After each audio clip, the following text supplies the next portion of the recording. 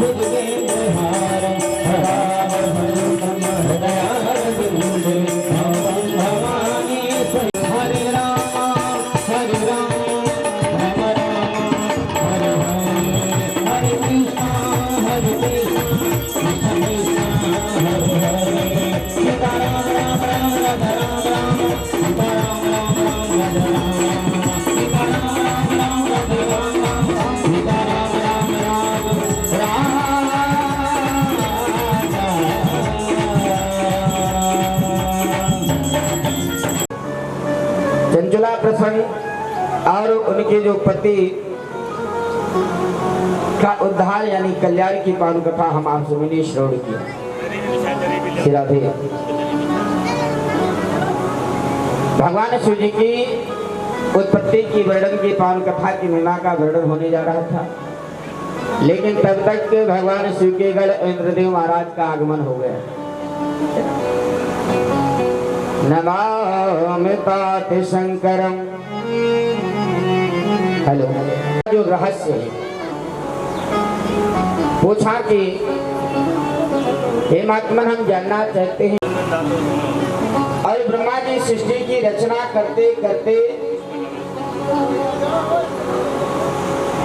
एक बार ब्रह्मा जी के हृदय में मन में कहते हैं कि अहंकार का प्रादुर्भाव हुआ।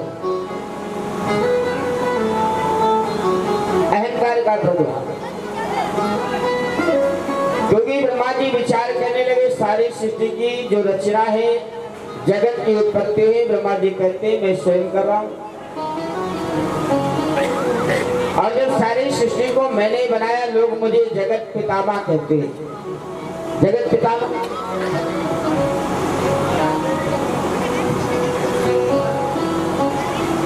तो जब संसार का पिता मैं हूं, जगत का पिता मैं हूं, तो फिर मेरा पिता कौन है?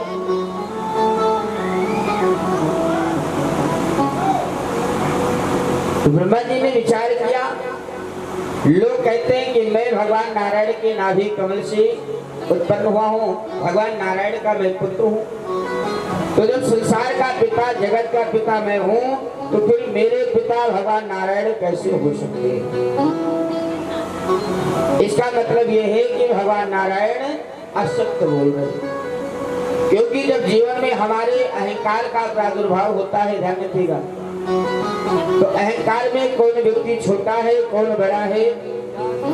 कई बार हम लोग अहंकार में अब भूल जाते हैं कि कब कौन से व्यक्ति को कैसे बात करना चाहिए, किसे कहाँ कैसे बोलना चाहिए। ब्रह्मा जी को जब ये अहंकार आया, तो ब्रह्मा जी उसी समय भगवान नारायण के पास चल पड़े। शिव जी कहते हैं कि हे राजन, जहां पर क्षीर सागर में भगवान नारायण लक्ष्मी जी के साथ में शयन कर रहे थे, ब्रह्मा जी जाकर के पहुंच गए। और जब ब्रह्मा जी पहुंचे, भगवान नारायण ने ब्रह्मा जी को देखा तो मुस्कुराते हुए कहा कि पितामह क्या बात है, आज यहाँ सुबह सुबह? तो ब्रह्मा जी ने भगवान नारायण से पूछा कि ये बताओ कि संसार की रचना किसने किया, संसार की सृष्टि उत्पत्ति कैसे हुई? भगवान नारायण मुस्कुराते हुए बड़े सरल भाव से कहा, पितामह संसार की तो रचना आपने किया।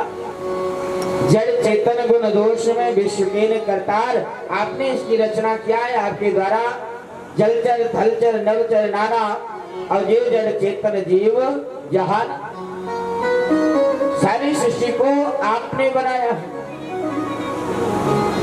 आपने रचा है। जगत पितामह आप हैं। तो कहा कि जब जगत का पिता मैं हूं, तो फिर मेरा पिता कौन है? भगवान नारायण मुस्कुराते हुए कहा कि राजन, आपका पिता मैं हूं। तो ब्रह्मा जी ने कहा कि आप असत्य बोल रहे हो। जब संसार का पिता मैं हूँ, जगत का पिता मैं हूँ, जब सारी सृष्टि को मैंने बनाया, तो इसका मतलब मैंने ही आपकी भी रचना किया, मेरे द्वारा आपकी उत्पत्ति हुई। आप मेरे पिता नहीं, बल्कि मैं आपका पिता हूँ। भगवान नारायण मुस्कुराते हुए बड़ी भाव से कहा कि राजन ऐसी बात नहीं है, शायद आप भूल रहे हो। आपकी जो उत्पत्ति है मेरी नाभि कमल से, आपका जन्म हुआ है, उत्तीर्ण हुआ है, इसलिए आप मेरे पुत्र हैं, मैं आपका पुत्र नहीं। ब्रह्मा जी ने कहा कि हे विष्णु, हमें लगता है तुमको अहंकार हो गया है। ध्यान रखिएगा, अहंकार किसे है? अहंकार किसे है? अहंकार यानी ब्रह्मा जी को ध्यान रखिएगा, कथा आप लोग श्रवण कीजिएगा। लेकिन ब्रह्मा जी कह क्या रहे हैं हे नारायण, हमें लगता है आपको अहंकार हो गया है। आप भूल गए कि मैं संसार का ही पिता नहीं बल्कि आपका भी पिता हूँ। नारायण मुस्कुराते ही ब्रह्मा जी को समझाया, राजन ऐसी बात नहीं है। ब्रह्मा जी कहते हैं, ब्रह्मा ने कहा हमें लगता तुझको अभिमान दबाया है, मैं जगते पिता कहलाता कुछ समझ न तेरे आया है, जगत पिता कहलाता हूँ कुछ समझ न तेरे आया है।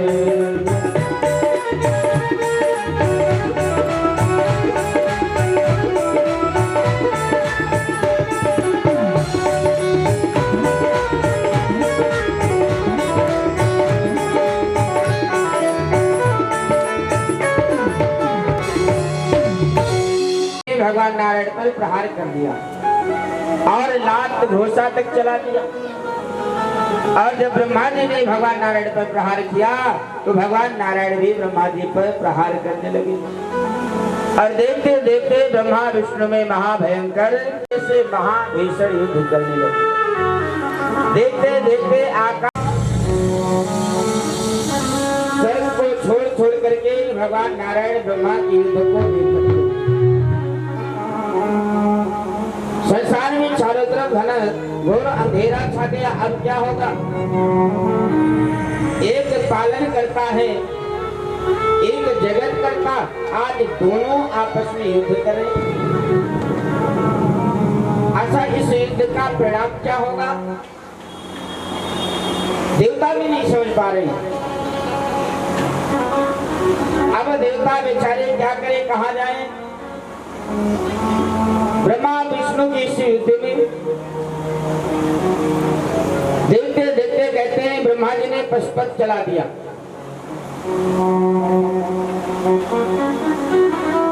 भगवान नारायण ने उसी समय महेश्वर अस्त्र चलाया और जब महाभयंकर युद्ध प्रारंभ हुआ तो सारे देवता भागे भागे भगवान शिव जी के पास जाकर के शिव जी से आराधना करने लगे। ब्रह्मा विष्णु के युद्ध में शिव जी का ध्यान लगाया तो उसी समय कहते हैं कि गर्जना करते हुए ध्वनि हुई ओंकार की गूंज उठाया आकाश, हुआ अग्नि स्तंभ है प्रगट वहीं के पास।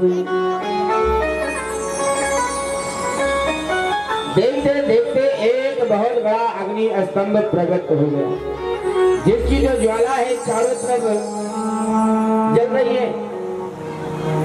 जहाँ भगवान नारायण और ब्रह्मा जी युद्ध कर रहे थे, उन्हीं के मध्य में एक अग्नि स्तंभ प्रकट हुआ ओंकार का गूंज करते हुए। बोलो शंकर भगवान की जय। अच्छा, जय सब नहीं बोला क्या? जरा आप लोग हिला देंगे, लेकिन 25 ग्राम के जो जीव है ना, इसे नहीं हिला सकते, बोल नहीं सकते। कई बार मुख से नहीं बोलते, आप लोग भी देखा होगा, मुख से नहीं बोलेंगे। 500 ग्राम का सर वहीं से हिला दे। अच्छा, कुछ भाइयों से कहो कि भैया राम राम। अच्छा, आपने देखा होगा जो जहाँ खड़े ना वहीं से हाथ उठा देते, वहीं से ऐसे हाथ ऊपर कर देते। एक बार मैंने पूछा कि भैया ये हाथ उठाने का क्या तात्पर्य है?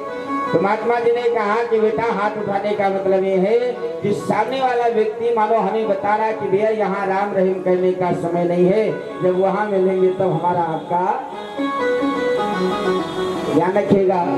जरा आप लोग भाव से, भले ही हम आपकी आवाज सुनी ना सुने कोई फर्क नहीं पड़ता, लेकिन अगर हमारी प्रार्थना, हमारी आवाज भगवान तक पहुंच गई तो फिर कहीं बोलने की, सुनाने की जरूरत नहीं। बोलो शंकर भगवान की। हाँ, अब लगा कि आप लोग बैठे हुए हैं, आराम से बोलते हैं कि कोई सुन नहीं ले। उसी समय अग्नि स्तंभ प्रकट हुआ। भगवान नारायण इस पार, ब्रह्मा जी उस पार हो गए।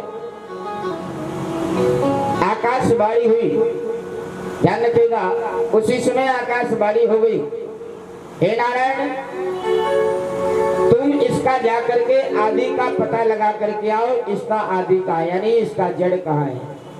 और ब्रह्मा जी के लिए आदेश हुआ कि हे ब्रह्मा, इस अग्नि स्तंभ का आप जाकर के अंत का पता लगा करके आओ कि इसका अंत छोर कहाँ है।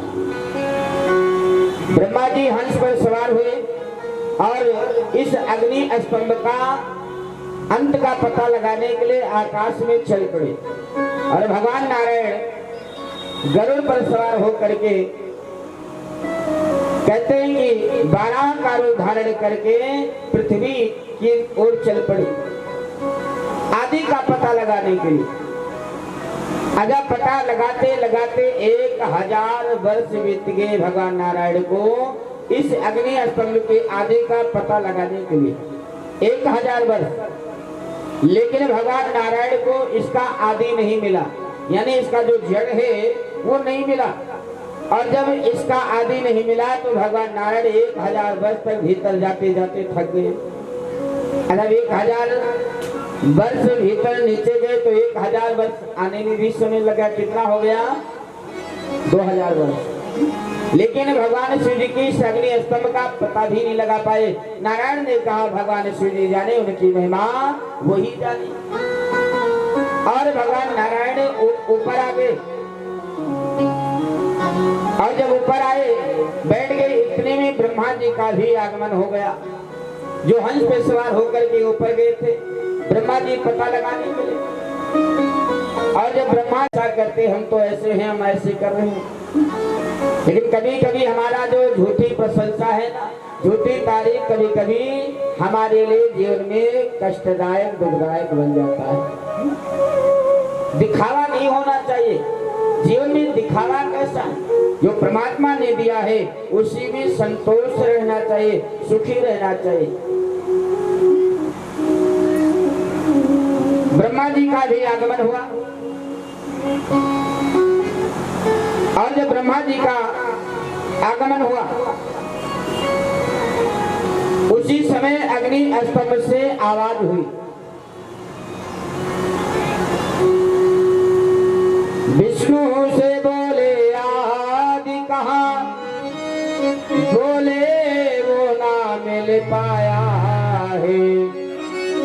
और ऊपर जाकर विधि बोले हैं, मैंने अंत का पता लगाया है।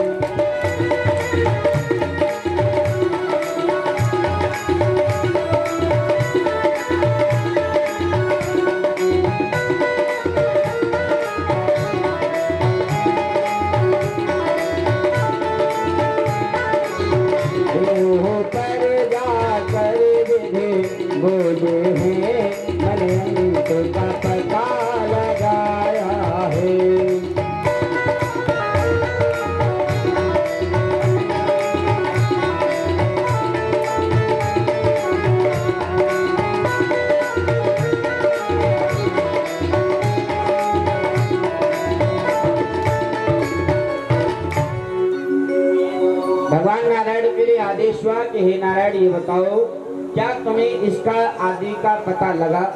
क्या इसका जड़ आपको मिला? भगवान नारायण ने हाथ जोड़ करके कहा कि प्रभु आपकी महिमा आप जानो, मैंने 1000 वर्षों तक भीतर गया लेकिन मुझे इसका आदि का पता नहीं चल पाया, नहीं लगा पाया। मैं हार करके थक करके वापस आ गया। ब्रह्मा जी के लिए आदेश हुआ कि हे ब्रह्मा तुम बताओ क्या इसका अंत का पता लगा? तो ब्रह्मा जी ने विचार किया,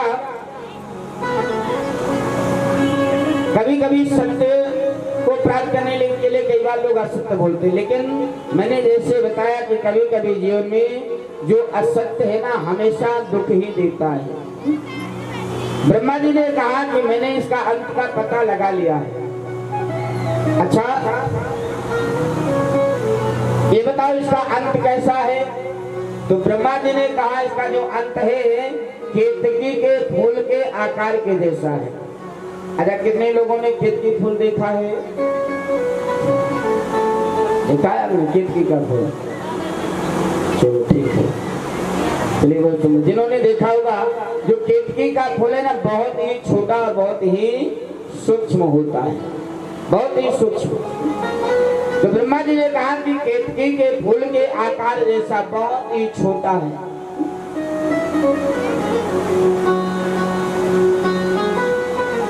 बहुत छोटा है। भगवान शिव जी ने देखा कि ब्रह्मा जी यहाँ असत्य बोल रहे, अपनी मान प्रतिष्ठा बचाने के लिए, सम्मान को प्राप्त करने के लिए ब्रह्मा जी ने असत्य का प्रयोग किया। सत्य विष्णु का देख कर दिया उन्हें वरदान। आकाशवाणी हुई कि हे ब्रह्मा, तुम असत्य बोल रहे हो। सत्य तो यह है कि आपने इसका अंत का पता लगा ही नहीं पाए और हार करके वापस आ गए, लेकिन आप झूठ बोल रहे हो, असत्य बोल रहे हो। भगवान नारायण के लिए आशीर्वाद स्वरूप में भगवान शिव जी आशीर्वाद देते हैं। इससे पहले भगवान का नाम था नारायण, लेकिन शिव जी ने कहा कि हे नारायण, आपने प्रतिष्ठा बचाने के लिए, पद को प्राप्त करने के लिए असत्य का सहारा नहीं लिया, आप सदैव सत्य बोले, इसलिए आज से आपका नाम होगा सत्य। बोलो सत्यनारायण भगवान की। कहा कि आज से आपका एक नाम होगा सत्य नारायण। शिव जी ने आशीर्वाद दिया, आप सर्वत्र पूजनीय होंगे। आज इस सर्वत्र पूजा होगी, जय जयकार होगी। लेकिन जैसे ब्रह्मा जी की ओर भगवान शिव जी घूमे तो भगवान शिव जी की दृष्टि टेढ़ी हो गई, दृष्टि टेढ़ी हो गई।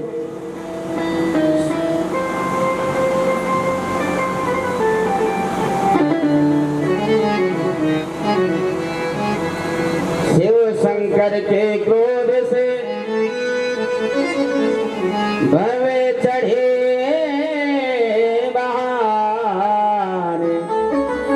दोनों वृत्ति मध्य से प्रगटे भैरो बलवान। जिस मुख से ब्रह्मा जी ने सत्य कहा है, उस सर को धड़ से अलग कर दो। भगवान शिव जी बोल पड़े, शिव बोले तले वार उठाओ, पंचम सिरे विधते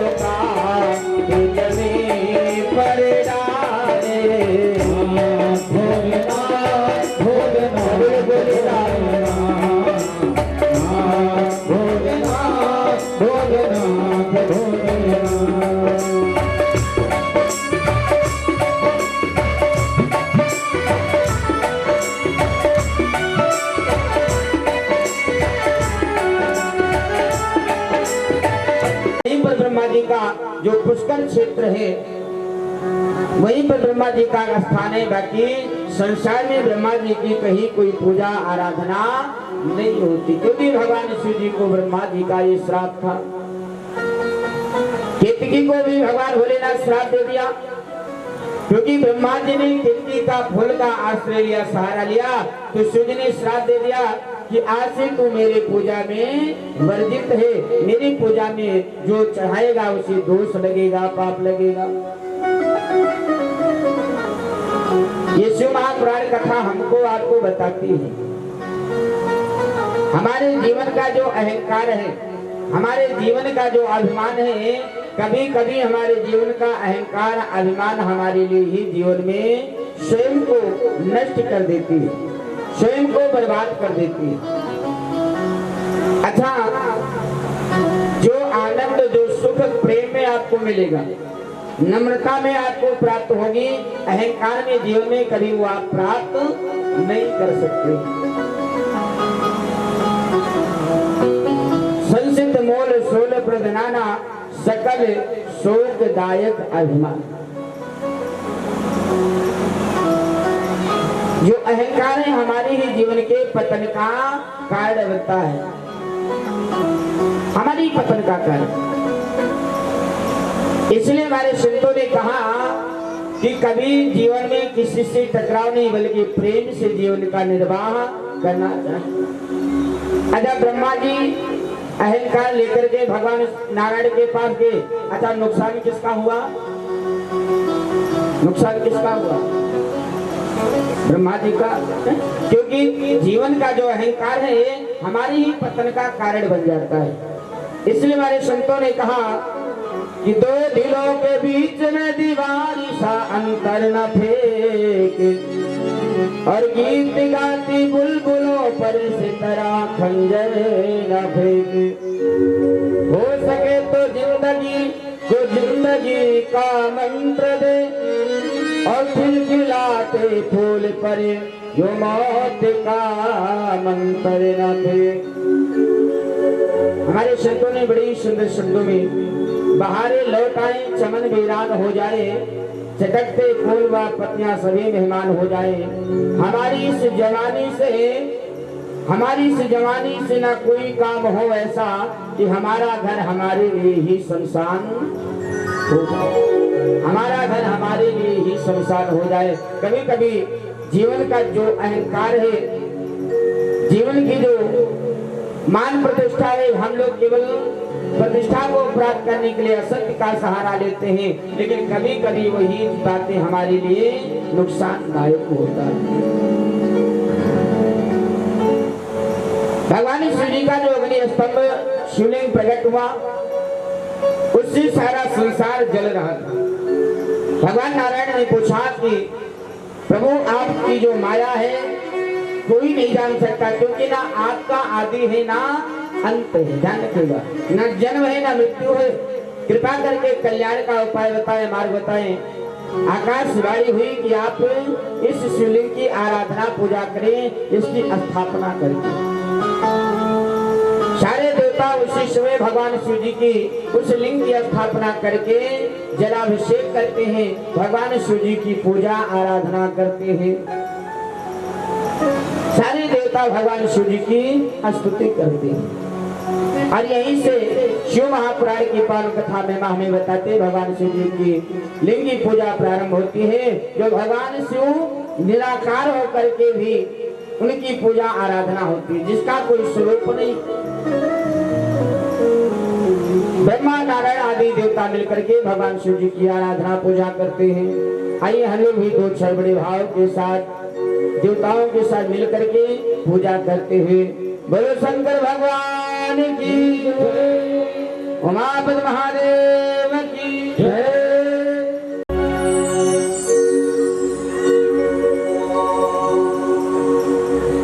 शिव नाम से है जगत में उजाला,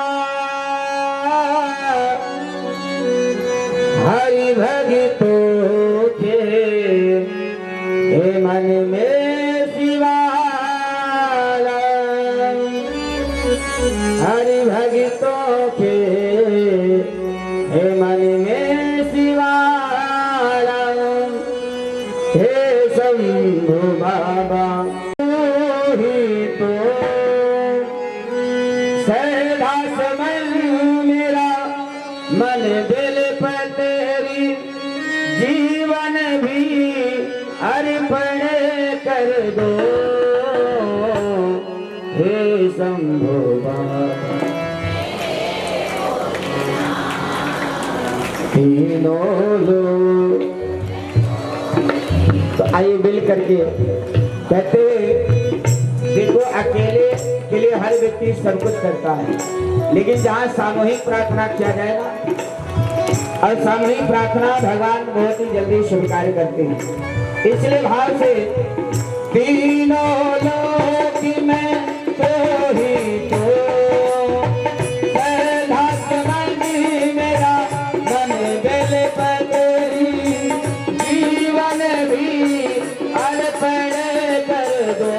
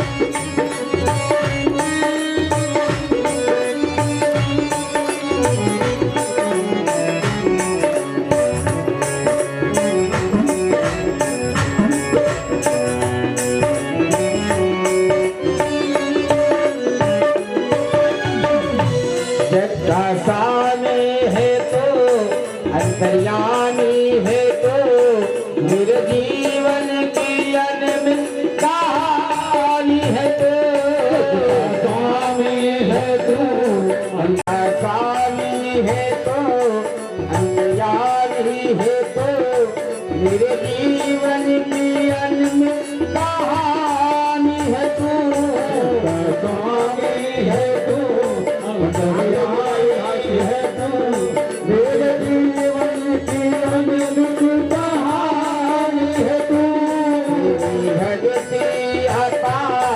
मेरे पावन है दाल तेरी पूजा ही में जीवन आधार, ढोले तेरे चरी दो कीले कर जीवन को साकार किया।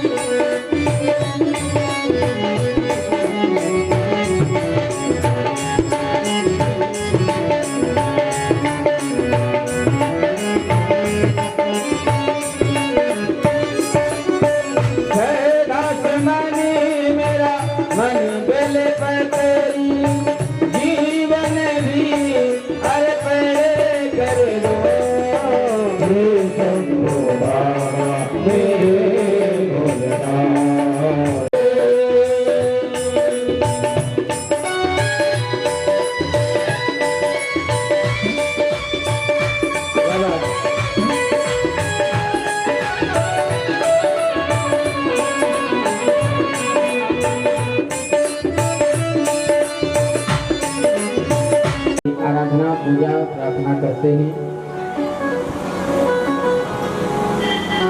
सनक आदि ऋषियों ने पूछा, शिव जी से कहा कि राजन ये बताइए कि भगवान शिव जी की आराधना पूजा कैसे और किस प्रकार से करना चाहिए, और भगवान शिव जी पर क्या अर्पण करने से हमें लाभ होगा। शिव महापुराण की जो पावन कथा है, पावन महिमा है, आप सभी लोग श्रवण कीजिए। हम लोग भगवान शिव जी पर कहते हैं कि जो अक्षत है, भगवान शिव जी पर अक्षत चढ़ाते हैं। अच्छा, अक्षत कैसे चढ़ाना चाहिए ध्यान रखिएगा। अक्षत जब भी चढ़ाए तो साबुत चढ़ाना चाहिए, टूटा हुआ चावल शिव जी पर नहीं चढ़ाना चाहिए। टूटा हुआ चावल नहीं चढ़ाना चाहिए। आपके जीवन में शिव की ये जो पावन कथा पावन महिमा है, समस्या है, परेशानी है, आपका जो कार्य है नहीं चल रहा है, आपके पास पैसा नहीं रुक रहा है या पैसा नहीं आ रहा है, शिव जी महाराज वर्णन करते हैं कि हे राजन, एक सफेद वस्त्र में, सफेद वस्त्र, और वो सफेद वस्त्र ले जाकर के भगवान शिव जी के सामने, जहाँ भगवान शिव जी का जो अर्घा है रख करके, और भगवान शिव जी पर 108 अक्षत या सहस्त्र यानी 1000 अक्षत भगवान शिव जी का नाम जप करते हुए एक एक अक्षत चढ़ाए, तो भगवान शिव जी की कृपा से आपके जीवन में धन की प्राप्ति, लक्ष्मी की प्राप्ति होती है। इससे भी मां लक्ष्मी भगवती भी प्रसन्न होती है, और भगवान शिव जी की कृपा से आपके जीवन में जो रुका हुआ कार्य है, अगर आपका व्यापार नहीं चल रहा है, लक्ष्मी आगमन नहीं हो रहा है, तो भगवान शिव जी की कृपा से आपके जीवन में लक्ष्मी का आगमन होगा। संध्या बेला के समय, शाम के समय, सोमवार के दिन कहाँ की सफेद कपड़े रखकर या पूर्णमासी के दिन ध्यान रखेगा, या पूर्णिमा की पावन तिथि हो, उस दिन सफेद वस्त्र चढ़ा करके भगवान शिव जी पर एक एक अक्षत चढ़ा करके ओम नमः शिवाय मंत्र का या श्री शिवाय नमस्तुभ्यम इस मंत्र का जप करते हुए एक एक अक्षत चढ़ाए, तो निश्चित रूप से भगवान शिव जी की कृपा से आपके जीवन की मनोकामना पूर्ण होगी, लक्ष्मी की प्राप्ति होगी। अगर जीवन में घर में कला कलेश हो, ध्यान रखिएगा। दूसरा उपाय पूछा है, दूसरा उपाय पूछा कि महाराज कई बार घर में सब कुछ है लेकिन फिर भी कला कलेश, क्योंकि जीवन ऐसी है, क्योंकि जीवन की जो विडंबना है ना, आपने देखा है जिनके घर में खाने वाले बहुत हैं, उनके पास सामग्री नहीं है, खाने की जो वस्तु है वो कम है, और जिनके पास खाने वाले नहीं, उनके घर में ढेर सारा वस्तु घर में भरा पड़ा हुआ है, लेकिन घर में कोई खाने वाला नहीं है। जिनके यहाँ सोने वाले बहुत हैं, उनके पास इतना कमरा नहीं, एक आध कमरे में, दो कमरे में परिवार के लोग गुजर बसर करते हैं, और जिनके यहाँ कोई सोने वाला नहीं, 10-10 कमरे खाली पड़े हुए, 10-10 कमरे खाली पड़े हुए। जिनके पेट में भूख है उनके पास वो सामग्री नहीं, और जिनके पेट में भूख नहीं है उनके घर में भंडार भरा पड़ा है। अगर खाने की भी इच्छा हो तो डॉक्टर साहब ने कहा है केवल आपको दलिया लेना है, तोरी की सब्जी, घिया की सब्जी, वो भी सादा लेना है, उसमें घी आदि नहीं डाल करके ले सकते। सब कुछ है लेकिन खा भी नहीं सकते, जीवन की विडंबना है। सब कुछ होते फिर भी परेशान है, सामान सारे ऐश के, दौलत भी पास है, फिर भी क्यों आदमी की तबीयत उदास है? क्यों? क्योंकि हम लोग सारा दिन हाय हाय करते रहते। ध्यान रखिएगा, कितना भी परमात्मा की कृपा से जीवन में हो जाए, लेकिन फिर भी हमारी एक आदत बन गई है। अच्छा, आदत क्या बन गई है? आदत क्या है जानते हैं? हमारी सबसे जीवन की बुरी आदत है रोने की। कभी भी कोई पूछ ले भाई साहब बहन जी कैसे हो, भले ही हम सुखी हैं लेकिन फिर भी सामने वाले के पास रो ही देंगे, क्योंकि आदत तो बन गई है, स्वभाव हमारा बन गया है। ध्यान रखिएगा, जीवन में हमारा जीवन सुखी कब होगा, सुख में कब होगा, तो तुलसी बाबा जी कहते हैं जब आपके जीवन में धैर्य आ जाएगा, विश्वास आ जाएगा, जब आपके जीवन में संतोष आ जाएगा। बिन संतोष न काम न साही, बोले काम अछत सुख सब। लेकिन हमारा जीवन कैसे है, माया पति को भूल कर माया में रंग रहा। माया पति यानी लक्ष्मी पति, भगवान को हम लोग भूल करके इस संसार रूपी माया में सुख की खोज कर रहे हैं, सुख की तलाश कर रहे हैं।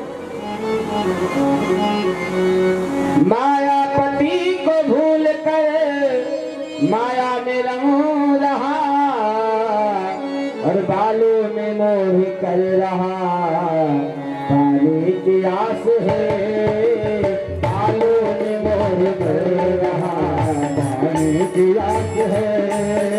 आप रेत में कितना भी खुदाई करें लेकिन पानी निकलने वाला नहीं है।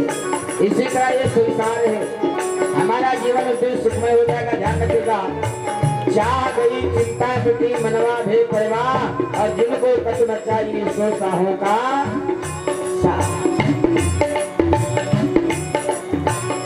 इसलिए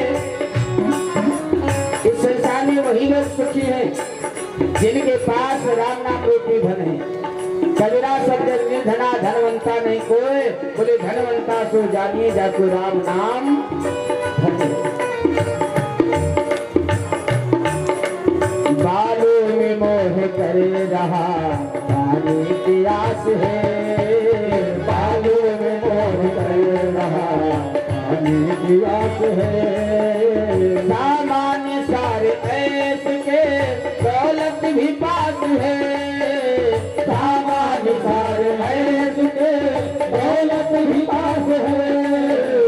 फिर भी के आदमी की, फिर भी के आदमी की तबीयत उदास है, फिर भी के आदमी की तबीयत उदास है, फिर भी के आदमी की तबीयत उदास।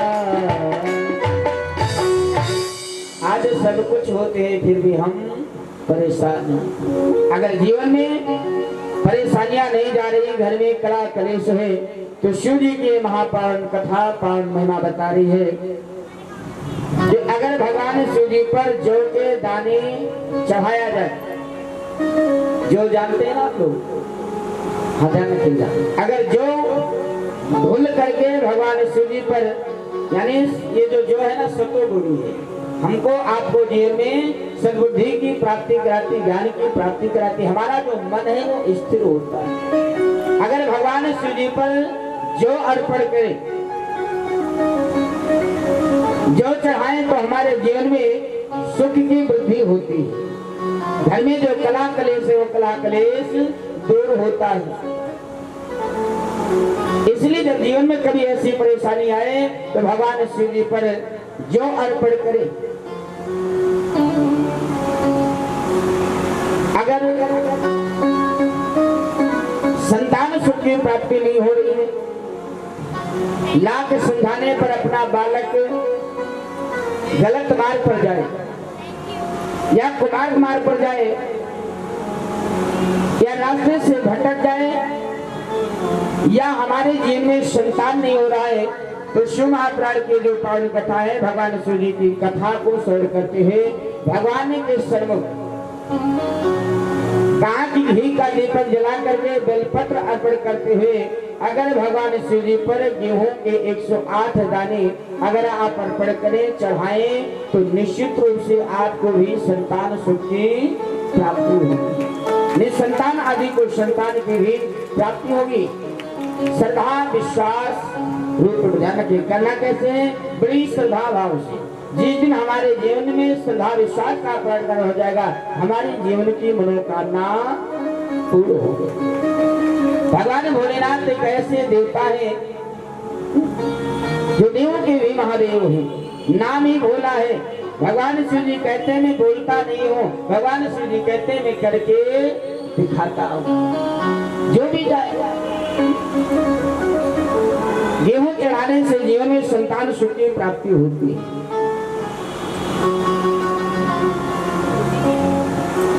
ऐसे भगवान की जो पावन कथा है, पावन महिमा है। अच्छा एक आध आपको और बताएं, फिर कथा की ओर भी चलेंगे, लेकिन ध्यान रखिएगा मूंग की दाल। अच्छा मूंग की दाल कैसे अर्पण करें? कहने के बाद अगर संसारिक सुख चाहते हैं, आपके जीवन में धन वृद्धि चाहते हैं, भगवान शिव जी की कृपा की प्राप्ति चाहते हैं, तो मूंग की दाल धो करके आप सहस्त्र दाना, निमित्त शिव महापुराण में लिखा हुआ है सहस्त्र दाना। अब सहस्त्र दाना एक आसन पे बैठ करके भगवान शिव जी की पूजा करना आसान नहीं है, क्योंकि वैसे भी मूंग की जो दाना है छोटा छोटा है, लेकिन इसके लिए वर्णन है। अगर सहस्त्र दाना भगवान शिव जी को अर्पण नहीं कर सकते हैं तो आप 151 कर लें, 108 कर लें। इस प्रकार से भगवान शिव जी पर श्री शिवाय नमस्तुभ्यम का मंत्र का जप करते हुए, या नागेंद्र हाराय त्रिलोचनाय भस्मांगरागाय महेश्वराय नित्याय शुद्धाय दिगंबराय तस्मै नकाराय नमः शिवाय। मंदाकिनी सलिल चंदन चर्चिताय नंदीश्वर प्रमथनाथ महेश्वराय मंदार पुष्प बहुपुत्र सपूजिताय तस्मै नकाराय नमः शिवाय। आप इस स्तुति का गुणगान करते हुए भी भगवान शिव जी की आराधना पूजा करें, ताकि वहां पर भी दीप प्रज्वलित की बड़ी महिमा है। आपको हम बताएंगे कि दीप दान का, दीप प्रज्वलित की महिमा क्या है। भगवान शिव जी को दीप दान क्यों किया जाता है, दीप क्यों जलाया जाता है, इसकी कथा हम आगे आएगा आपको बताएंगे। क्योंकि दीप जला करके ही भगवान शिव जी के सामने बैठ करके, सन्मुख बैठ करके भगवान शिव जी की आराधना पूजा करें, शिव जी की आराधना पूजा करें। इससे आपको जीवन में संसारिक सुख की प्राप्ति होगी। अच्छा जीवन में कोई गलती से अपराध हो जाए, गलती से पाप हो जाए, तो कहा कि काले तिल की भगवान शिव जी के सामने यज्ञ किया जाए, आहुति दिया जाए, तो उस पाप से भी हमको आपको छुटकारा मिल जाता है। जो हमने जीवन में मान लो अब कोई अपराध हो गया हो, गलती हो गया हो, तो भगवान शिव जी के सामने काले तिल से जाकर के हवन किया जाए, आहुति दिया जाए, तो हमारे जीवन का कल्याण होता है, उद्धार होता है। इस प्रकार से शिव जी महाराज कहते हैं देवता आदि ऋषियों से कि भगवान शिव जी की आराधना पूजा करनी चाहिए। अच्छा भगवान शिव जी भस्म धारण करते हैं। भस्म धारण कौन सा करते हैं? चिता का भस्म लगाते हैं, ध्यान रखिएगा, चिता का भस्म। भगवान शिव जी पर जब आपका मन कभी कभी अशांत हो और मन विचलित हो, तो कहा कि भगवान शिव जी पर जो आप लोग बेलपत्र चढ़ाते हैं, उस बेलपत्र को चढ़ाया हुआ आप उठा लें और 11 बार भगवान शिव जी का नाम का जप करते हुए उस बेलपत्र को सीधे रख लें और सीधे रख करके उसका जो बीच का भाग है उसे अपने आंखों में लगाएं, दोनों नेत्रों पर, और दोनों नेत्रों के बाद उसे अपने इस माथे पर, बीच मस्तक पर लगाएं। और इस प्रकार से लगाने से अगर हमारा मन विचलित है, मन परेशान है, तो भी भगवान शिव जी की कृपा से हमारा जो मन है वो शांत होगा। और उस बेलपत्र को पुनः अपने सिर पर धारण करके भगवान से प्रार्थना करनी चाहिए। भगवान शिव जी भस्म लगाते हैं। अच्छा हमको आपको भस्म धारण करना है। पूछा गया कि महाराज भगवान शिव जी भस्म धारण क्यों करते हैं? तो कहा कि कभी कभी हमारा जो ये जीवन है ना बहुत अशांत हो जाता है, अशांत होता है। घर में परिवार में रहकर के कई बार मन विचलित होता है।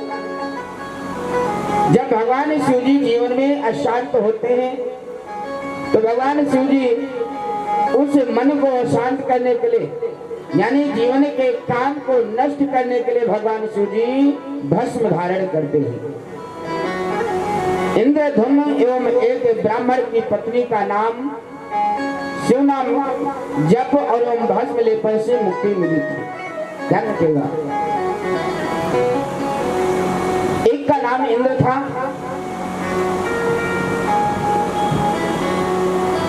जो पति पत्नी दोनों भगवान शिव जी के नाम का जप करते थे, भस्म धारण करते थे और भस्म लेपन करते थे। अच्छा, हमको आपको भस्म धारण करना हो तो कैसे करें? अब आजकल तो भस्म बनाया जाता है, लेकिन लिखा हुआ है शिव महापुराण में, अगर भस्म धारण करना है तो ये जो बेल का पत्र है जब सूख जाए, किसी काम का ना हो, तो आप भगवान शिव जी का ये जो बेल पत्र है जब सूख जाए तो इसे आप जला करके इसकी जो राख है इसको आप अपने माथे पर लगाएं, तो भगवान शिव जी की कृपा से आपके जीवन का सदैव कल्याण होगा। जो जीवन में अला बला आते हैं, भगवान शिव जी की कृपा से आपके जीवन में कभी अकस्मात कोई घटना नहीं घट सकती अगर भगवान शिव जी का ये भस्म धारण किया जाए, भस्म लगाया जाए। इस प्रकार से भस्म धारण की जो पावन कथा बताते हैं, आइएगा आगे की कथा में हम लोग प्रवेश करें। दो क्षण सभी लोग भगवान शिव जी के नाम का संकीर्तन करते हैं, प्रार्थना करते हैं, गुणगान करते हैं। बोलो शंकर भगवान की जय। भाई जरा भाव से आप लोग भी गाते हुए देखो, आओ जहानी वालो इस दर पे सर झुकाए, आओ।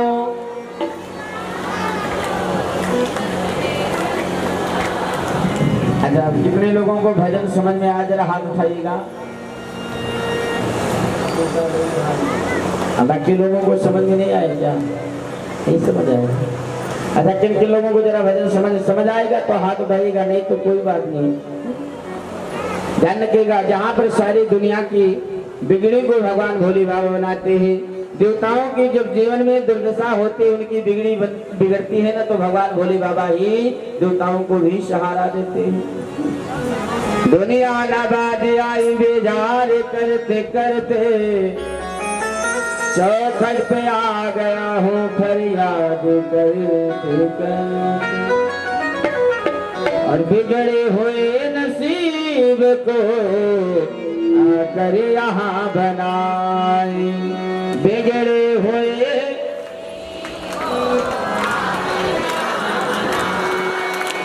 अच्छा, बहुत से माताएं बहनें देखो कहती तो हमारी बुराई करे, राम नाम नहीं गावे गोही, राम नाम नहीं गावे, राम नाम नहीं गावे, राम नाम नहीं गावे। जब आया सत्संग का मौका, आया सत्संग का मौका, बहू ने कहा मैया अभी कथा में चली जाओ। अरे बहू ऐसा करो तुम ही चली जाओ। क्यों? सर में दर्द बतावे गोरी, राम नाम नहीं गावे, घर में दर्द बतावे गोरी, राम नाम नहीं गावे।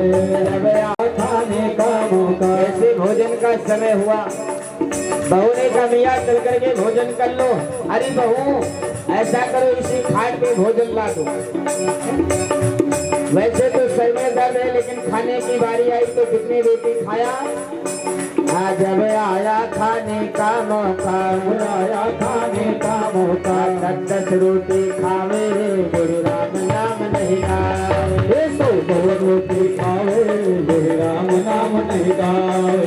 जब आया सोने का मौका, जब आया सोने का मौका, वैसे आंखों से दिखाई नहीं दे रहा, चश्मा लग गया, लेकिन टेलीविजन के आगे सबसे आगे जाके बैठ जाएगी। अरे बहू जरा वो सास बहू वाला वो सीरियल लगा दो, जब आया सोने का मौका, जब आया सोने का मौका, दीदी जन चलावे। लेकिन देखो ध्यान रखिएगा, आइए जरा दो भाग शब्द, इसके बाद कथा की ओर चलेंगे। और बिगड़े हुए नसीब को आकर यहाँ बनाए, नसीब को आकर यहाँ बनाए, आए हुए नसीब को आकर यहाँ बनाए, बिगड़े हुए नसीब को आकर यहाँ बनाए, बिगड़े हुए नसीब को आकर यहाँ बनाए।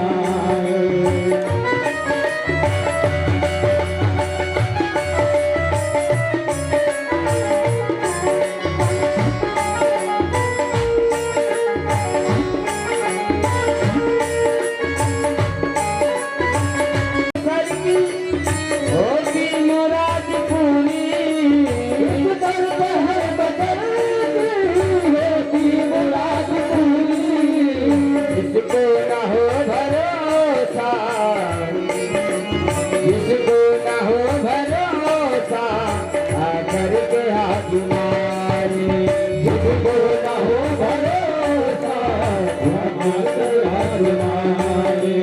आओ जहान वालों उस घर पे सर झुकाए, आओ जहान वालों उस घर पे सर झुकाए। जय जय।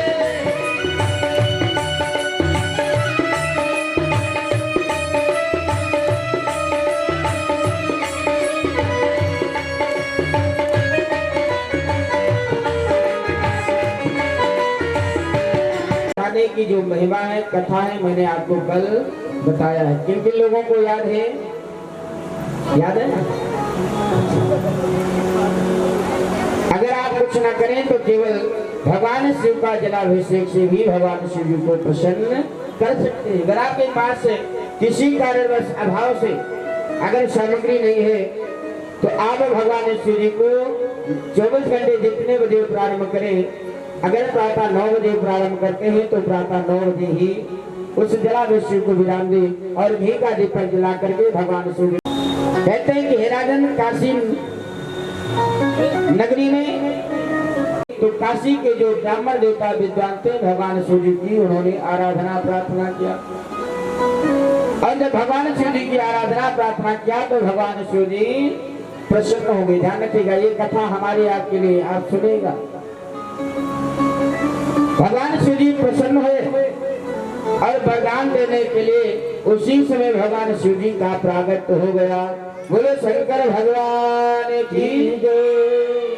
काशी के जो ब्राह्मण देवता हैं सामने प्रगट, कहा राजन वरदान मांगो, क्या चाहिए? तो ब्राह्मण देवता ने कहा कि भगवान भोले बाबा से, महाराज आप तो सब जानते हैं, आपकी कृपा आशीर्वाद से सब कुछ है, बस मुझे केवल संतान चाहिए, पुत्र चाहिए, पुत्र चाहिए, पुत्र चाहिए या कुपुत्र चाहिए। ध्यान रखिएगा, पुत्र मिलेगा, लेकिन ये बताओ आपको पुत्र चाहिए या कुपुत्र चाहिए? ब्राह्मण देवता ने शिव जी से पूछा कि बाबा ये बताओ कि सुपुत्र में और कुपुत्र में दोनों में अंतर क्या है? तो समझिएगा, शिव जी ने कहा कि सुपुत्र आपको प्राप्त होगा, लेकिन जिसकी आयु मात्र 5 वर्ष होगा। कितने वर्ष होगा? 5 वर्ष, मात्र 5 वर्ष जिएगा। लेकिन कुपुत्र आपको मिलेगा जिसकी आयु बड़ी लंबी होगी, आयु बड़ी लंबी होगी, लेकिन जब तक जिएगा तब तक आपको जीवन में दुख देगा, आपको कष्ट देगा, सदैव आप परेशान रहेंगे। सुपुत्र की जो आयु है बड़ी कम होगी, मात्र 5 वर्ष रहेगा, लेकिन जब तक जिएगा आपको जीवन में वो सुख देगा। तो ब्राह्मण देवता ने विचार किया, भले ही 5 वर्ष जिएगा, लेकिन 5 वर्ष में वो सुख तो मिलेगा। ऐसी कुपुत्र को लेकर के क्या करेंगे तो जीवन भर दुख दे, ताड़ना दे, कष्ट दे। तो ब्राह्मण देवता ने शिव जी से कहा कि महादेव मुझे सुपुत्र चाहिए, कुपुत्र नहीं चलती। शिव जी ने प्रसन्न होकर के वरदान दिया, हे ब्राह्मण देवता आपको सुपुत्र के यानी पुत्र की प्राप्ति होगी। धीरे धीरे समय बीता, भगवान शिव जी की कृपा से ब्राह्मण देवता के यहाँ पुत्र की प्राप्ति हुई, पुत्र का प्रागट हुआ। तो ब्राह्मण देवता बड़े प्रसन्न हुए, बहुत लड्डू मिठाई हीरे मोती माणिक आदि सब बंटवाए।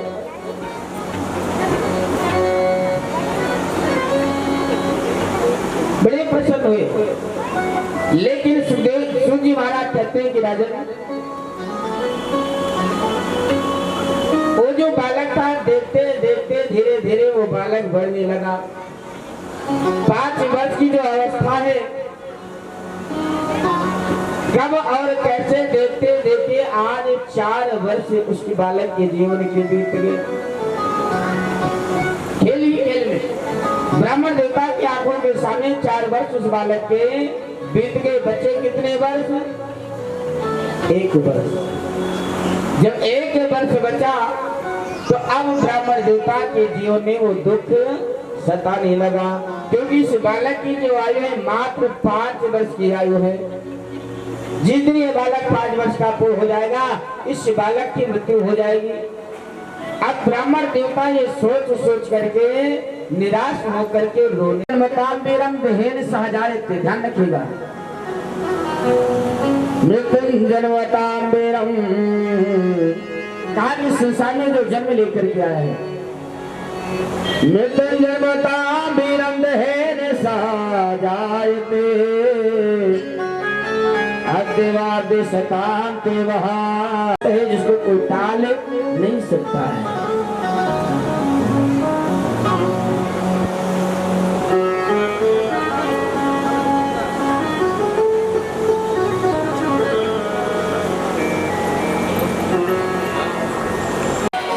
चलिए देखो, इसी बीच में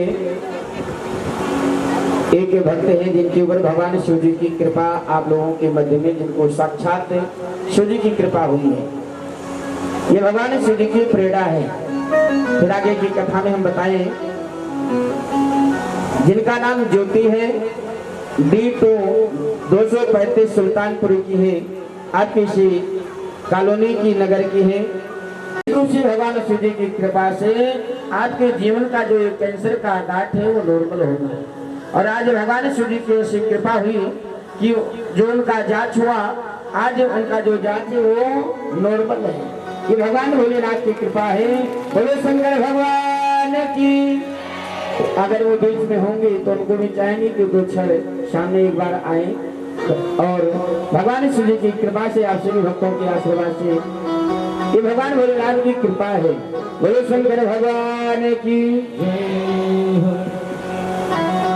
गंगा के किनारे, गंगा के तट पर आकर के कुटिया बनाया और वहीं पर भगवान शिव जी के नाम का जप करने लगे और गंगा जल पी करके भगवान का भजन करने लगे। बालक से वही आदेश दिया, जो भी संत महात्मा जो भी निकलते हुए, नर नारी निकले जिथे जुआ दे और बाले, गो गजबारी अनेक पशु सुकर सारे सराल। जो भी निकले, ऋषि महात्मा, पशु पक्षी जीव जंतु, गो गजबाज अनेक पशु सुकर सान सुराल, जो भी निकले वो बालक सबको दंडवत प्रणाम करता जाए और जो भी निकले वो आशीर्वाद देते हुए जाए। आवत देखे तोरते जोरे दो हाथ, उन्हें प्रणाम सबको करे, घर घर महीने मात। जो भी निकले वो बालक सभी के चरणों में दंडवत प्रणाम करता है, प्रणाम करता है। धीरे धीरे उस बालक की जो आयु है मात्र शेष 4 दिन बचे। कितने? 4 दिन। लेकिन कहते हैं कि आसिरा इसी जहां का मिले ना मिले, मुझको तेरा सहारा सदा चाहिए। चांद तारे फलक पर दिखे ना दिखे, मुझको तेरा नजारा सदा चाहिए। श्रद्धा विश्वास रूप वो ब्राह्मण देवता रोते हुए जब गुजर रहे थे कि इतने में कहते हैं कि वहां पर सप्त ऋषियों का आगमन हो गया। किसका आगमन हुआ? सप्त ऋषियों का।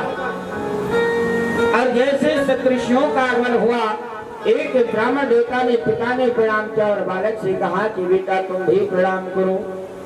अब जो बालक है उन सप्त ऋषियों के चरणों में दंडवत प्रणाम करते हुए लेट करके सप्तऋषियों को प्रणाम किया। सप्तऋषि आशीर्वाद दे रहे, चिरंजीवी हो, चिरंजीवी हो, चिरंजीवी हो। मुन मंडल को महिमे पर के द्विज बालक दंड प्रणाम किया। सप्तऋषि आशीर्वाद देने लगे, चिरंजीवी भो, चिरंजीवी भो, ऋषियों ने आशीर्वाद दिया, आशीर्वाद दिया, ऋषियों ने आशीर्वाद दिया। चिरंजीवी भो, चिरंजीवी भो, ऋषियों ने आशीर्वाद दिया, ऋषियों ने आशीर्वाद दिया, ऋषियों ने आशीर्वाद दिया।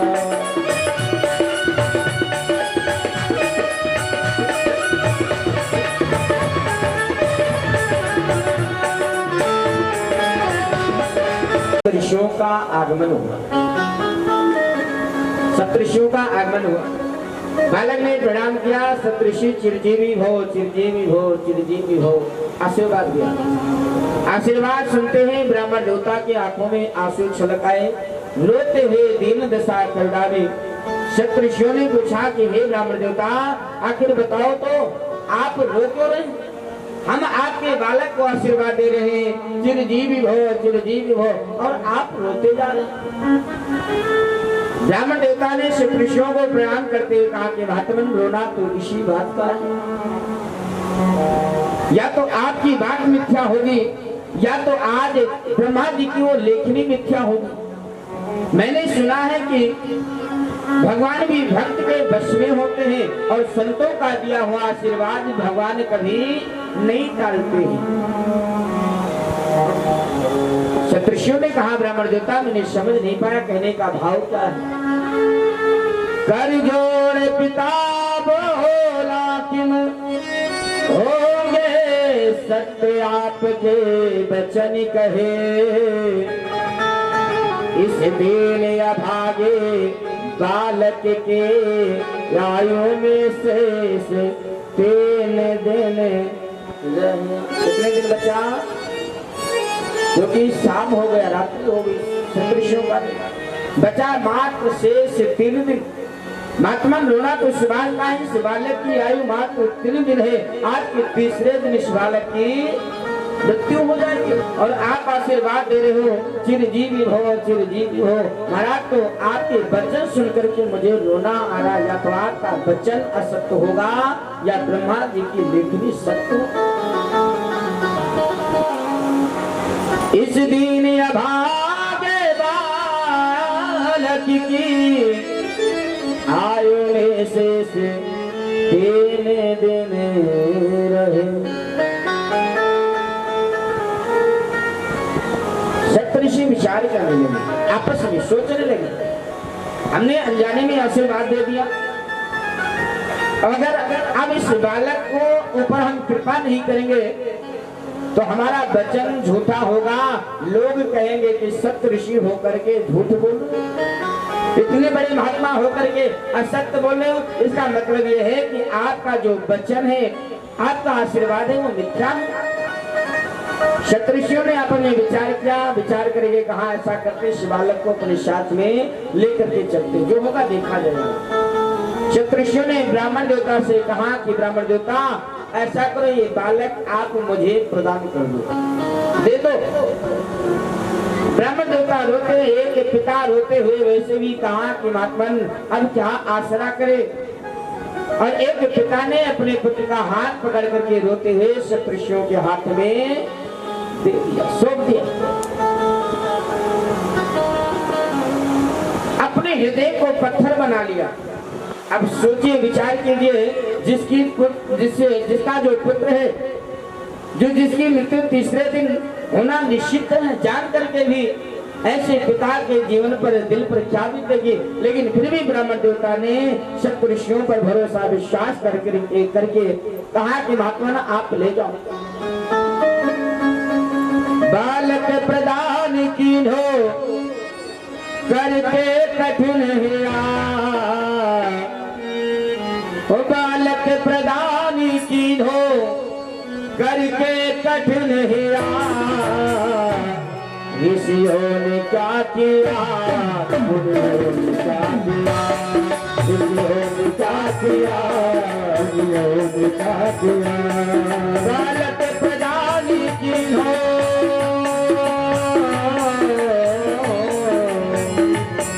बालक प्रदान कीन्हो करके कठिन हिया, ऋषियों ने क्या किया, मुनियों ने क्या किया, ऋषियों ने क्या किया, मुनियों ने क्या किया।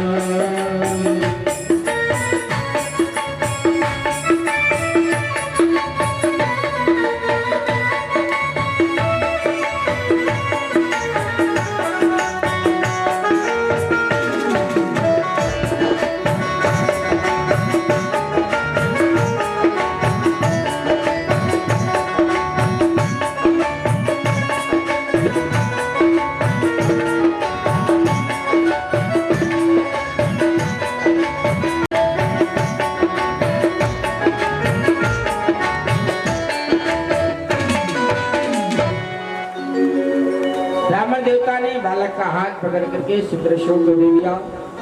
सप्तऋषि उस बालक को लेकर के चल पड़े। रात्रि में एक एक करके सप्तऋषियों ने प्रणाम किया। अंत में उस बालक से कहा कि बेटा ऐसा करो, तुम भी पितामह का प्रणाम करो। और बालक ने भी ब्रह्मा जी के चरणों में जाकर के लेट गया।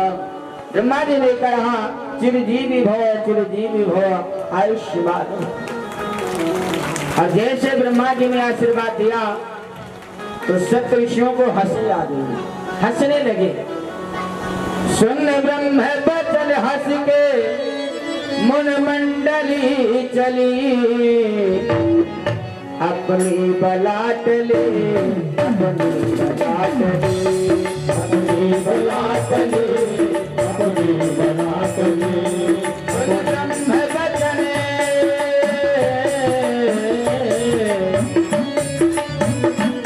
ब्रह्म बचन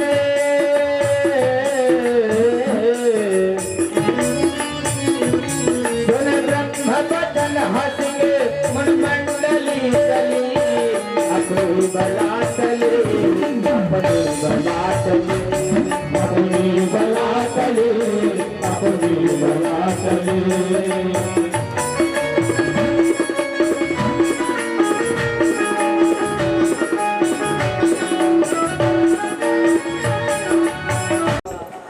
सप्तऋषि हंसने लगे, ठहाका मार करके।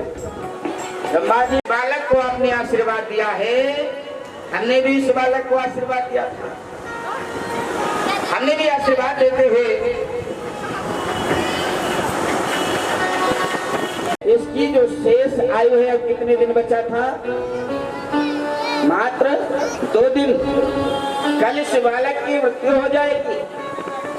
2 दिन की शेष आयु है और आपने आशीर्वाद दिया चिरजीवी भवा, चिरजीवी भवा।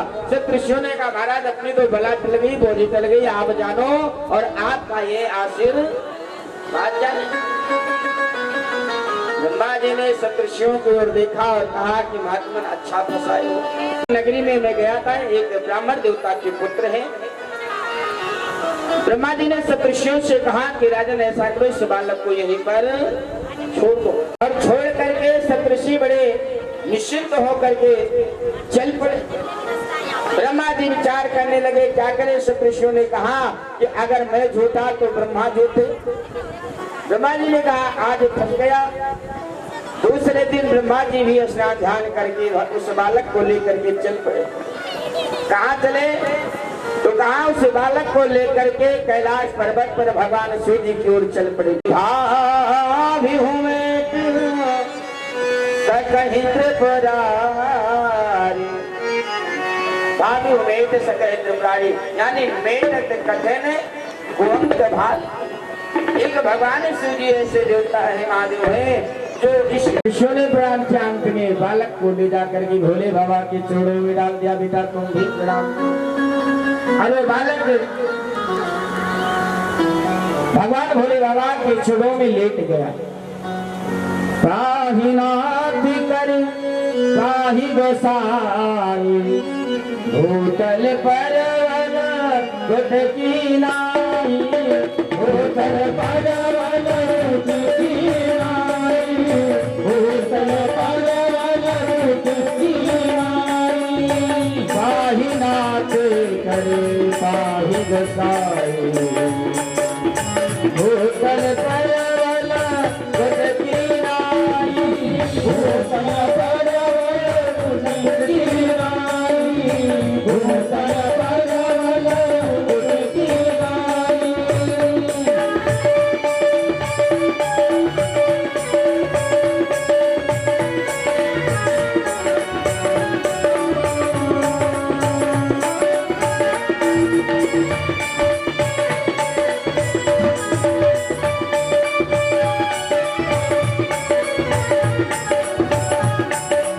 बालक ने जाकर के भोले बाबा की चोट में लेट गया।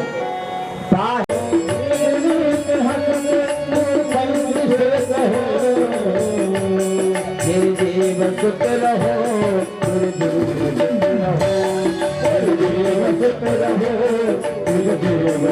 रहो, ब्रह्मा का भारी भोले बाबा ने लिया, ब्रह्मा का भारी भोले बाबा ने लिया।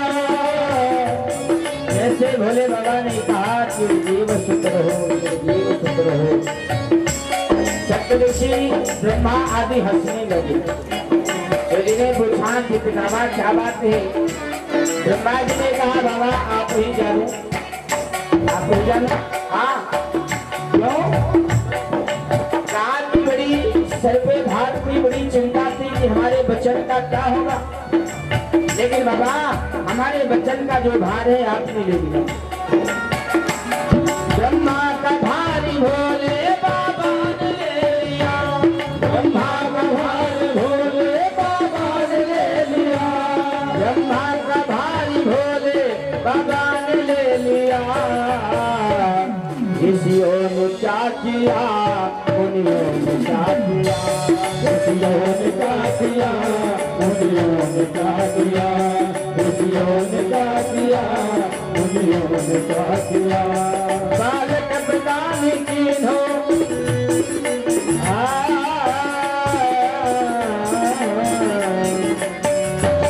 बालक प्रदान कीन्हो, करते कठिन हिया, बालक प्रदान कीन्हो, करते कठिन हिया।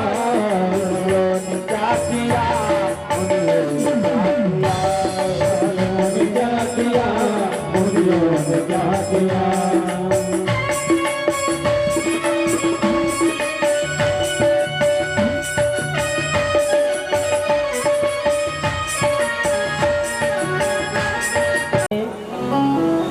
किसी काशी के ब्राह्मण देवता को अपने आशीर्वाद के सोने पत्र दिया था?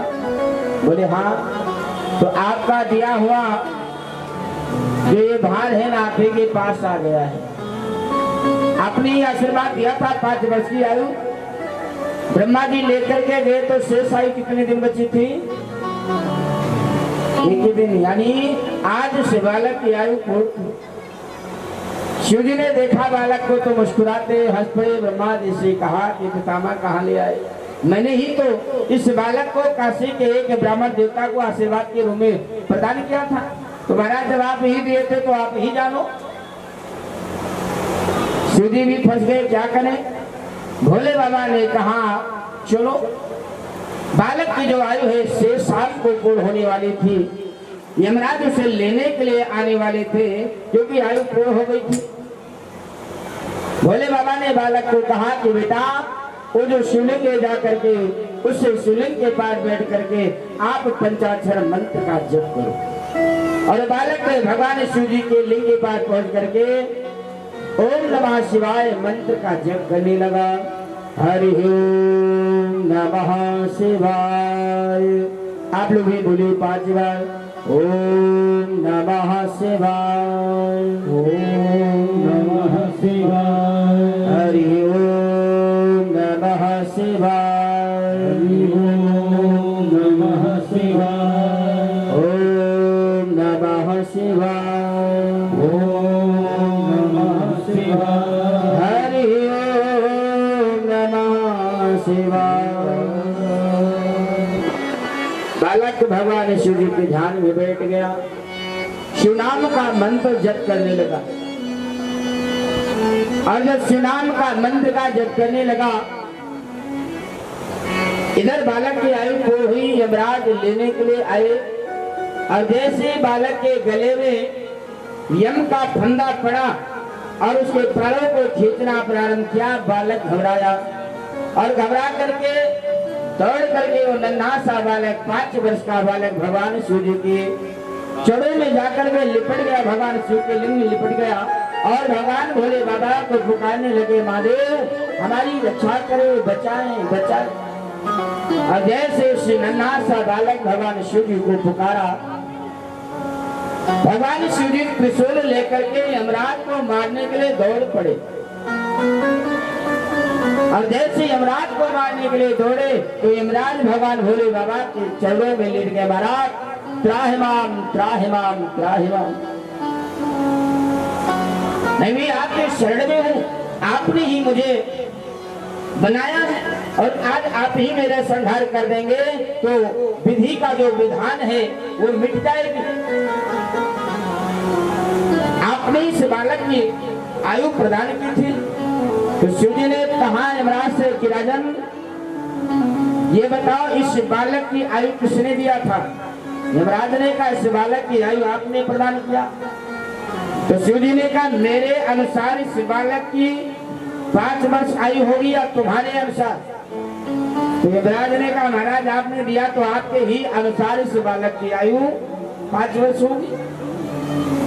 शिव जी ने कहा तो फिर मेरे अनुसार इस बालक की आयु क्या अभी 5 वर्ष पूर्ण हो गया? यमराज ने कहा कि महादेव से भोले बाबा से कि बाबा मुझे तो नहीं पता, लेकिन आप बताओ। तो ध्यान रखिएगा, सबसे बड़ा युग है सतयुग, ध्यान रखिएगा सबसे बड़ा सतयुग है। उसके बाद त्रेता युग और त्रेता युग के बाद है द्वापर युग और द्वापर युग के बाद कलयुग जिसकी आयु 4,32,000 बस जिसकी आयु बहुत छोटी है। शिव जी ने कहा कि ऐसे कल्प, ध्यान रखिएगा, ब्रह्मा जी की आयु में बीतत कल्प अनेक और 10 ब्रह्मा बीते बने शंकर का दीन एक। समझिएगा, ब्रह्मा जी की आयु में ध्यान रखिएगा जब कई कल्प बीतते हैं तब ब्रह्मा जी का 1 दिन होता है। 1 दिन जब कई कल्प बीत जाते हैं तो ब्रह्मा जी का 1 दिन होता है। और इस प्रकार से जब 10 ब्रह्मा बीत जाते हैं, 10 ब्रह्मा चले जाते हैं, तब भगवान शिव जी का 1 दिन होता है। 10 ब्रह्मा बीते बने शंकर का दिन एक। भगवान शिव जी ने यमराज से कहा कि गिन लो, ऐसे दिन के मास गिन मासों के कुल बरसे और ऐसे 5 वर्ष रहे बालक सुखी सहस्त्र। ऐसे आयु मैंने इस बालक को प्रदान किया है, ऐसे 5 वर्ष रहे बालक सुखी सहस्त्र। यमराज भगवान शिव जी के चरणों में गिर गया, महाराज न जाने कितने यमराज बदल जाएंगे। जब 10 ब्रह्मा बदलते हैं तब भगवान शिव जी का 1 दिन होता है और ऐसे न जाने कितने यमराज चले जाएंगे। बोले बाबा आपने इस बालक को आयु प्रदान किया, आप ही जाने आपकी महिमा आप जानो। यमराज ने भगवान शिव जी की प्रार्थना करते हैं, जय जयकार करते हैं। ध्यान रखिएगा, ये शिव महापुराण कथा हमको आपको बताती है कि विनम्रता में झुकने में कितनी ताकत है। अगर हम अपने से छोटों बड़ों को प्रणाम करते हैं, वंदन करते हैं। अच्छा बात, कल लोग पहले लोग दंडवत प्रणाम करते, साष्टांग प्रणाम करते थे लेट करके, लेकिन इसके बाद फिर चरण वंदन करते। चरण वंदन का मतलब है जब कोई सामने वाला व्यक्ति प्रणाम करता था तो चरण स्पर्श करता था, और सामने वाला व्यक्ति पीठ थपथपा करके आशीर्वाद देते थे। लेकिन अब आजकल चरण स्पर्श भी नहीं रह गया। अब लोग क्या करते हैं, अब लोग केवल पैर में हाथ लगा लेते हैं।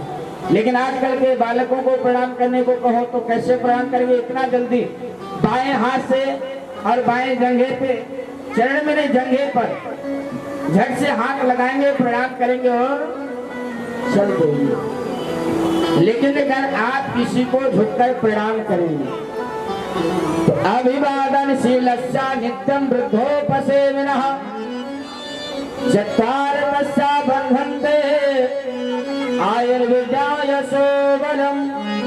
जब आप किसी को झुक के प्रणाम करेंगे तो आपको 4 चीजें बिना मांगे मिलेगी। क्या क्या? आयु, विद्या, यश, बल। आगे चल करके इस बालक का नाम मार्कंडेय ऋषि के नाम से प्रसिद्ध होते हैं। इस बालक का नाम होता है मार्कंडेय ऋषि। बोले भक्त भगवान की जय। मार्कंडेय ऋषि ने केवल सबको प्रणाम किया, जो भी निकले, चाहे छोटा हो, बड़ा हो, पशु हो, पक्षी हो, प्रणाम में वो शक्ति है। ये शिव कथा हमको आपको बताते हैं कि जब हम किसी को प्रणाम करते हैं, वंदन करते हैं तो बिना मांगे 4 चीजें प्राप्त हो जाती हैं। झुकता वो है जिसमें जान होती है, अकड़ तो सिर्फ मुर्दों की पहचान होती है, अकड़ तो सिर्फ मुर्दों की पहचान होती है। ऐसी भगवान भोलेनाथ की जो पावन कथा पावन भेवा। आइए आगे बढ़े, दो क्षण जरा आगे देखो। कल भी आप लोगों ने हाजिरी नहीं लगाए थे, लेकिन आइए आज हाजिरी लगा लें।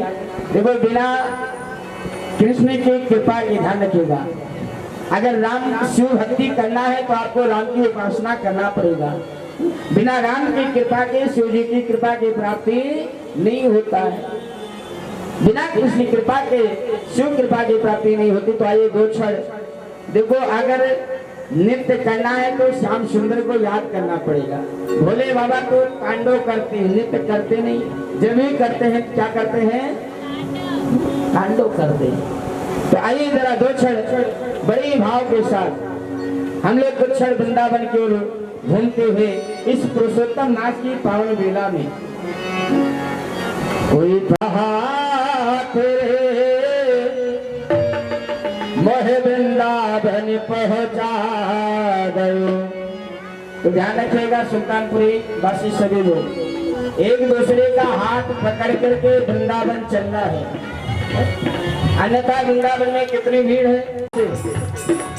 कोई पकड़ के मेरा हाथ मोह वृंदावन पहुंचा गयो। कोई पकड़ के मेरा हाथ मोह वृंदावन पहुंचा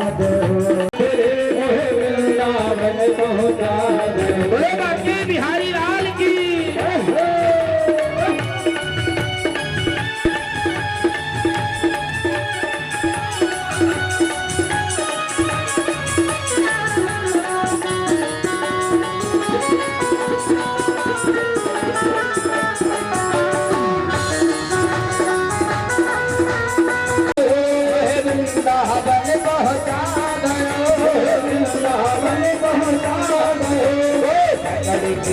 कोई पकड़ के मेरा हाथ मोह वृंदावन पहुंचा गयो। पकड़ के मेरा हाथ मोह वृंदावन पहुंचा गयो। वृंदावन का एक दीवाना, वृंदावन का एक दीवाना, मनमोहन मेरा मुरली वाला, मनमोहन मेरा मुरली वाला, मुरली वाला, मुरली वाला, मुरली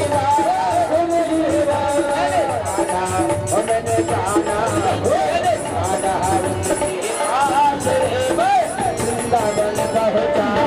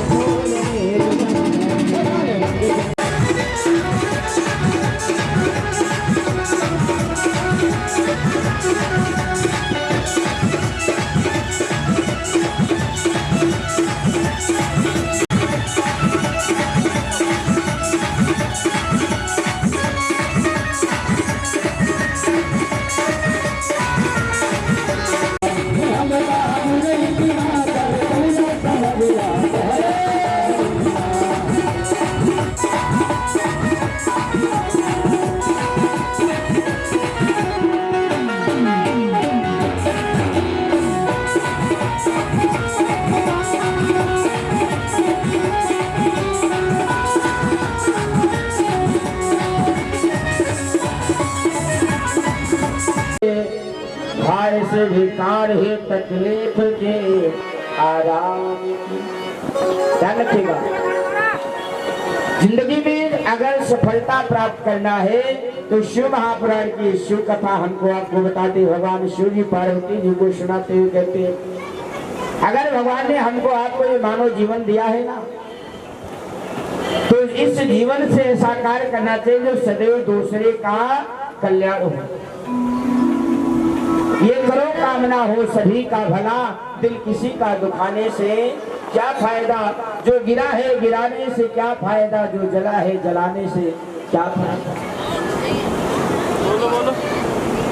और भगवान शिव जी के नेत्रों से जो पहला जो वृक्ष है गौड़ देश में, दूसरा मथुरा में, काशी में, अयोध्या में, लंका में, मलयाचल आदि देशों में इस वृक्ष का प्रादुर्भाव हुआ। कहाँ कहाँ हुआ?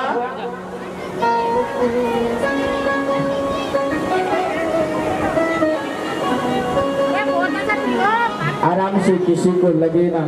देखो, कुछ पाने के लिए कुछ करना पड़ता है, बिना तपस्या के फल की प्राप्ति नहीं होती। मथुरा में, काशी में, अयोध्या में, लंका में, मलयाचल आदि देशों में कहते हैं कि ये जो रुद्राक्ष का वृक्ष है इसका प्रादुर्भाव होता है, बेल वृक्ष का भी प्रादुर्भाव होता है।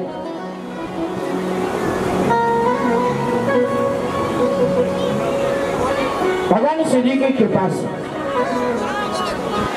पूछा गया कि महाराज जो रुद्राक्ष की माला है, रुद्राक्ष की जो महिमा है, जो भगवान शिव जी के अंग से उत्पन्न हुआ, रुद्र के अंग से उत्पन्न हुआ है। रुद्राक्ष का अर्थ होता है जगत के कल्याण के लिए, संसार के कल्याण के लिए, भक्त के कल्याण के लिए भगवान ने अपने तपस्या के द्वारा इस फल की उत्पत्ति करते, इस वृक्ष की उत्पत्ति करते। एक मुख वाला जो रुद्राक्ष है, जो धारण करता है, भगवान शिव जी की कृपा से कहते हैं कि साक्षात और भगवान शिव का स्वरूप होता है। भगवान शिव जी का स्वरूप होता है जो एक मुख रुद्राक्ष धारण करता है, लेकिन एक मुख अब मिलता ही नहीं है। अब बनाना अलग विषय है। दो मुख वाला जो रुद्राक्ष धारण करते हैं, दो मुख रुद्राक्ष की जो दाना है वह सदैव भक्त के लिए, मानव जीवात्मा के लिए कल्याणकारी होती है। तीन मुख वाला जो रुद्राक्ष का मुख है, धारण करने से शिव महापुराण में लिखा है, कलिम नमा से इस मंत्र का उच्चारण करते हुए धारण करें। इससे हमारे आपके जीवन में कहाँ की विद्या की प्राप्ति होती है, यश की प्राप्ति होती है।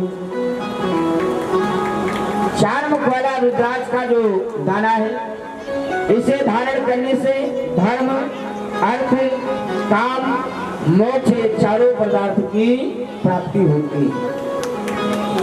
ओम ह्रीं नमः इस मंत्र का जप करते हुए इस माला को धारण करना चाहिए।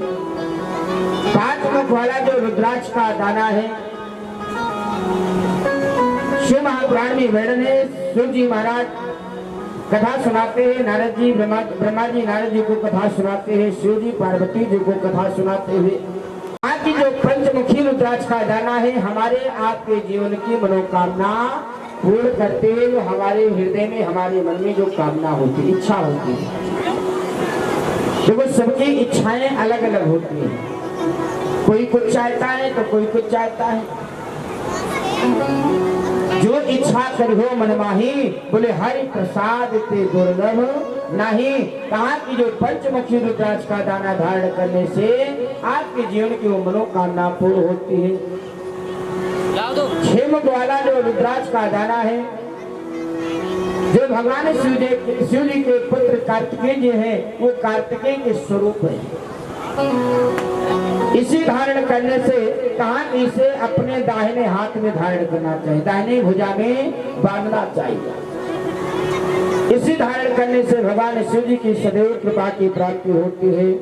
ओम ह्रीं नमः इस मंत्र का जप करते इसे भी धारण करना चाहिए। सात मुख वाला रुद्राक्ष का जो दाना है, अनंग नाम का है, इसे ओम ह्रीं नमः मंत्र का जप करते धारण करने से धन की लाभ होती, धन की प्राप्ति होती। 8 मुख वाला जो रुद्राक्ष का दाना है, जिससे अष्टमूर्ति भैरव बाबा की होता है, भगवान शिव जी की कृपा की प्राप्ति होती। 9 मुख वाला जो रुद्राक्ष का दाना है, भैरव व कपिल के स्वरूप का है। इसे धारण करने से माँ भगवती दुर्गा जी प्रसन्न होती है, माँ भगवती की सदैव कृपा की प्राप्ति होती है। 10 मुख वाला रुद्राक्ष का जो दाना है, धारण करने से जीवन की सारी इच्छाएं पूर्ण होती हैं। 11 मुख वाला रुद्राक्ष का जो दाना है, इसे धारण करने से भगवान शिव नारायण की कृपा की प्राप्ति होती है। शिव जी महाराज कहते हैं, राजन 12 मुख वाला जो रुद्राक्ष का दाना है, विश्वदेव का रूप है। ओम क्रम छो नमः से इस मंत्र का उच्चारण करते हैं, धारण करने से व्यक्ति को सौभाग्य की प्राप्ति होती है। 13 मुख वाला जो रुद्राक्ष का दाना है, सदा स्वरूप है, भगवान शिव का स्वरूप माना गया है। इसे धारण करने से भगवान शिव जी की कृपा की प्राप्ति होती है। 14 मुख वाला जो रुद्राक्ष का दाना है, संसार के समस्त सुख को दिलाता है।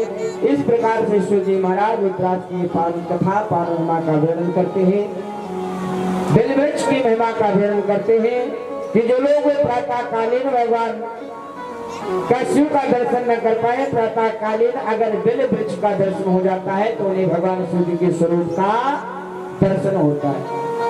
भगवान शिव जी पर जल चढ़ाएं तो चाहे एक ही बेलपत्र चढ़ाएं, लेकिन बिना बेलपत्र के भगवान शिव जी को जल अर्पण नहीं करना चाहिए। कहा कि बेलवृक्ष, अगर आपको बेलपत्र नहीं मिल रहा है तो अगर आपको भगवान शिव जी पर चढ़ा हुआ बासी ही बेलपत्र मिल जाए तो उसे धो करके भगवान शिव जी पर चढ़ा सकते हैं, क्योंकि बेलवृक्ष कभी बासी नहीं होता है।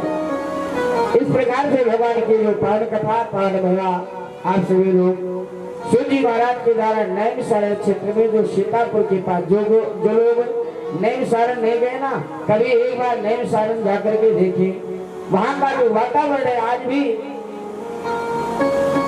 बड़े बड़े संत ऋषियों का आगमन होता है, जहाँ पर देवता भी भगवान की कथा सुनने के लिए आते हैं। ऐसी वैराग्य भूमि में भगवान शिव जी की पावन कथा का महिमा का वर्णन वेद व्यास जी महाराज के परम शिष्य शिव जी महाराज के द्वारा कथा का गुणगान हो रहा है। और आप के नगर में, आपके कॉलोनी में ये जो शिव कथा चल रही है, ये भी आप सभी भक्तों के अथक प्रयास के द्वारा, जो इतनी गर्मी में स्थान न होते हुए फिर भी आप लोग इस तरह से बैठे हुए हैं, ये भगवान शिव जी की कृपा, महादेव की कृपा है। कल की जो कथा है, किस प्रकार से शील निधि के ऊपर भगवान शिव जी की कृपा होती है, यानी कुबेर की प्राप्ति करते हैं। नारद जी की पावन कथा और शिव सती जी की पावन कथा की महिमा का वर्णन करेंगे और हमारे सभी लोग बड़े भाव के साथ कथा को श्रवण करेंगे। और कल की जो पावन कथा है कि कैसे भगवान शिव जी पर पूजा आराधना करें, भगवान शिव जी को मनाए, इसकी भी पावन कथा श्रवण करेंगे। बोले शंकर भगवान की जय। जरा एक बार दोबारा बोलिएगा, तो दो क्षण शिवाय नमः शिवाय नमः शिवाय नमः शिवाय नमः शिवाय नमः शिवाय नमः शिवाय। यही वो मंत्र है, यही वो तंत्र है, यही वो मंत्र है, यही वो तंत्र है। देव के जगत जगत सारे सारे बम भोले बम भोले बम ओ बम भोले बम। तो आइए इसी नाम का जप करते हुए ओ बम भोले बम भोले बम बम भोले बम भोले बम भोले बम भोले बम भोले बम भोले बम। यही वो मंत्र है, यही वो तंत्र है, यही वो मंत्र है, यही वो तंत्र है। देव के जगत जगत गाए सारे बम भोले बम भोले बम भोले बम भोले बम भोले बम।